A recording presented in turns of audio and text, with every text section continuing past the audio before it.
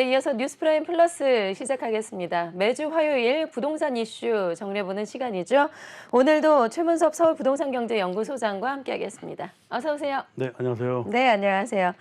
자, 먼저 부동산 이슈부터 좀 정리를 해볼 텐데 강남 3구를 중심으로 집값이 반등을 하고 있어요. 그런데 강남하고 강북하고 여전히 양극화 현상이 좀 심한 것 같습니다. 예, 서울의 아파트값은 5주째 상승인데 강북은 여전히 좀 침체돼 있는 것 같아요. 네, 지금 서울에는 그래도 강남 4구죠. 강동구까지 포함해서 네. 지금 아파트 값이 6주째 올라가고 있습니다.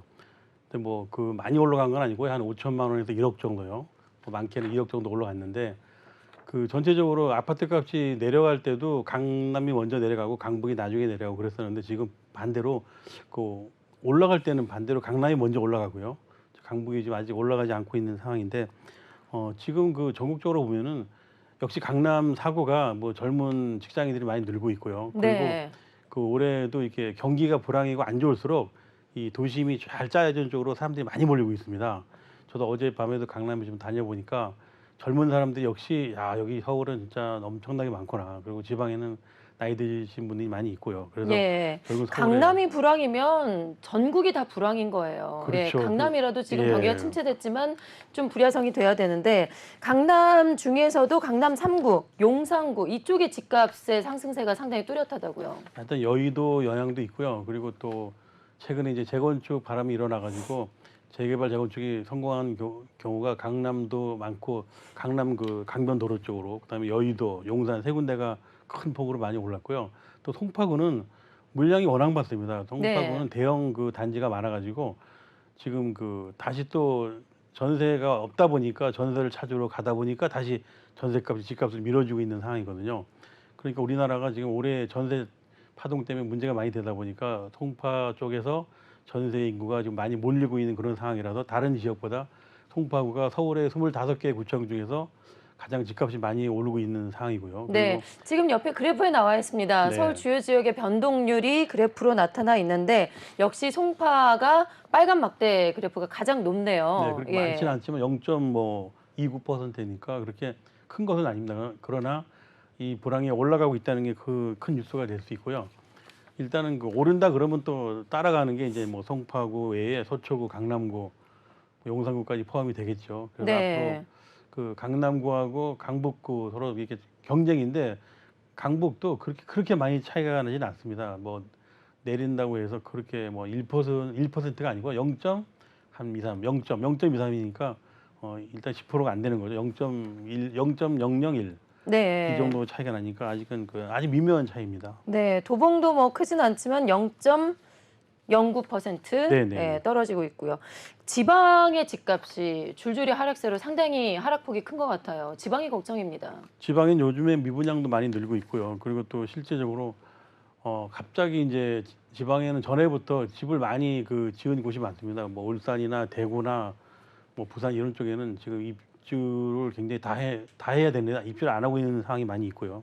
그리고 같은 지방이라도 세종시 같은 경우는 아파트가 그래도 다행히 계속 오르고 있습니다. 그래서 네. 전체적으로 그 경기도도 뭐 지방이라고 할 수는 없죠. 수도권인데 경기도는 지금 그래도 0.03% 오르고 있고요. 그래서 그 서울과 경기도만 상당히 많이 상승세를 타고 있고요.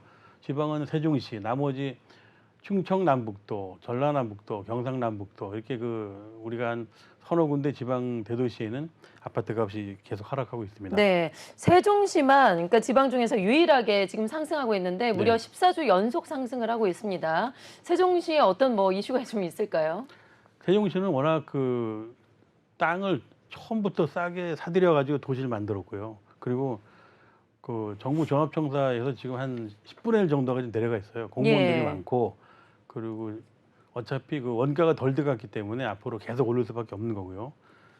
그 사이다나 콜라처럼 전국적으로 집값이 집 자체가 성능이 비슷합니다. 근데 같은 분야의 그 아파트가 세종시에 많이 들어서고 그리고 세종시가 대전하고 충청도 청주하고 사이에서 이게 중심이기 때문에 다른 지방에서 많이 보이는 거죠. 서울서 내려가는 분도 많이 있지만 서울서는 거의 공직에 계신 분들이 많이 내려가고 있고요. 그리고 지방에서는 그 투자의 목적으로 세종시가 싸다고 소문이 나면서 많이 몰리는 것 같아요. 그래서 개인적으로 제가 세종시를 둘러보니까 전라남북도에서는 그 충청도에 사는 게 소망이랍니다. 왜냐하면 서울 쪽에 가까우니까요. 그리고 또 옛날 노무현 대통령이 거기 세종시를 수도로 만든다 그러는 것이 아직도 그게 쭉 남아 있거든요. 그 지자체는 자세히 보면 정치적으로 보면은 지방에 민주당이 굉장히 많고 또 여당은 많지 않고 그러다 보니까 지자체가 굉장히 그 정당 싸움이 많이 일어나는데 그 중에 세종시가 민주당이 되게 많아요. 그래서 충청남도 세종시 또 충청 또 경계선인 또 경기도 무슨 평택이라든가 수원 영향을 많이 받는 거죠. 그래서 세종시는 그 수도권이라고 해도 과언이 아닐 정도로 우리가 네. 서울에서 천안으로, 천안에서 평택으로 청주, 세종시까지가 그 경부 고속도로 라인으로 쫙 깔려 있거든요. 그래서 결국은 그 영향을 받는 겁니다. 네. 그러니까 앞서서 지금 수도권의 집값이 이제 5주째, 6주째 오르고 네. 있다라고 했는데 사실 상승폭이 그렇게 크진 않아요. 0.02에서 0.03으로 이제 오르긴 했는데 이걸 두고 뭐 저희가 계속 부동산 시장 이슈 얘기할 때 하지만은 집값이 바닥을 쳤다, 뭐 아니다, 뭐 바닥을 쳤다고 볼 수가 있을까요? 이 물건이라는 게요. 집이고 뭐 무슨 돈을 주고 사는 거는 무슨 모든 사람들이 그래요. 싸면 거래가 되거든요. 네. 그 뭐 싸다고 해서 거래가 안 되면 시장이 없는데 조금 가격이 조금 싸니까 거래가 되다 보니까 반등을 친 거 아니냐, 또 다시 이러다 오를 거 아니냐 그러는데 저는 아주 그 미미한 그 수요가 결국 시장을 불씨를 살리는 거거든요. 네. 우리가 그 조그만 불씨가 살아나가지고 크게 되는 거거든요. 그게 부동산은 언제나 그런 보이지 않는 그 위험 요소가 있기 때문에 그 누구도 앞을 내다볼 수는 없습니다. 많은 전문가들이 뭐 어떻게 될 것이다라는 것은 뭐 현실이고 중요한 것은 시장에서 거래가 되고 있다는 거죠. 서울에서 한 달에 한 2천 건, 경기도에서 한 6천 건, 전국적으로 약 2만 건 정도가 거래가 되고 있는데 그 6개월 전이나 뭐 아니면 1년 전에 비하면 지금 많이 경기가 좋아진 거죠. 그래서 예. 앞으로 저는 꾸준히 상승할 것으로 예상하고 있습니다. 네, 네. 알겠습니다.